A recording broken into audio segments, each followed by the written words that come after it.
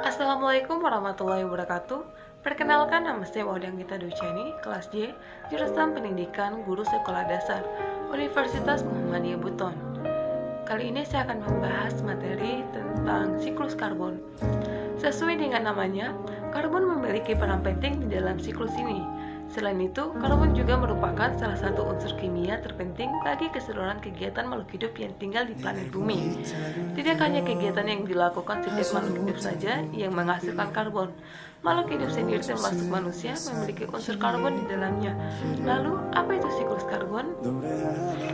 Siklus karbon merupakan suatu aliran karbon yang melewati semua bagian di dalam sistem planet bumi, baik berupa tumbuhan, hewan, hingga manusia, dan prosesnya terjadi secara alami. Siklus karbon juga dapat dikatakan sebagai siklus biogeokimia dan terjadi pertukaran karbon pada biosfer, hidrosfer, geosfer, hingga atmosfer bumi.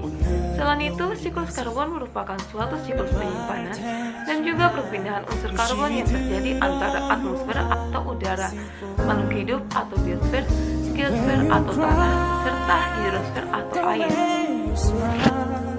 Di dalam siklus karbon, terdapat 4 reservoir karbon utama, yaitu atmosfer, biosfer termasuk freshwater system dan lateral non-hayati organik atau karbon tanah, lautan atau karbon anorganik terlarut, biota laut hayati dan non-hayati, dan sedimen atau bahan bakar fosil. Semua proses pertukaran karbon tersebut tidak terlepas dari proses fisika, kimia, geologi, hingga biologi.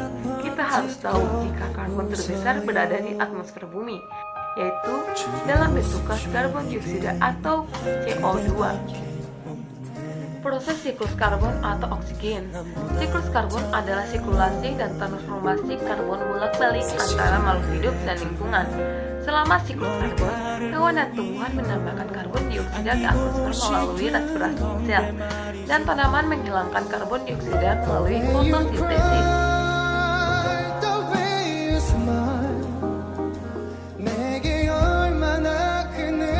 Berdasarkan gambar, bisa kita lihat bahwa karbon berasal dari proses pembakaran atau aktivitas manusia, dari pernapasan seluler, dan dari peristiwa pengolahan atau pembusukan.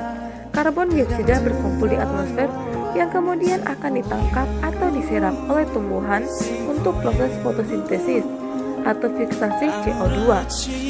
Hasil dari proses fotosintesis yakni glukosa, di mana glukosa ini dimanfaatkan atau dikonsumsi oleh manusia ataupun hewan atau herbivora.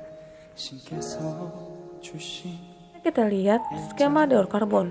Unsur karbon di atmosfer bergabung dengan unsur oksigen membentuk karbon dioksida.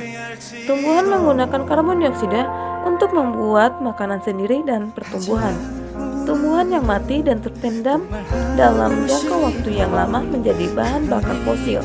Karbon dioksida terlepas kembali ke atmosfer dari pembakaran bahan bakar fosil.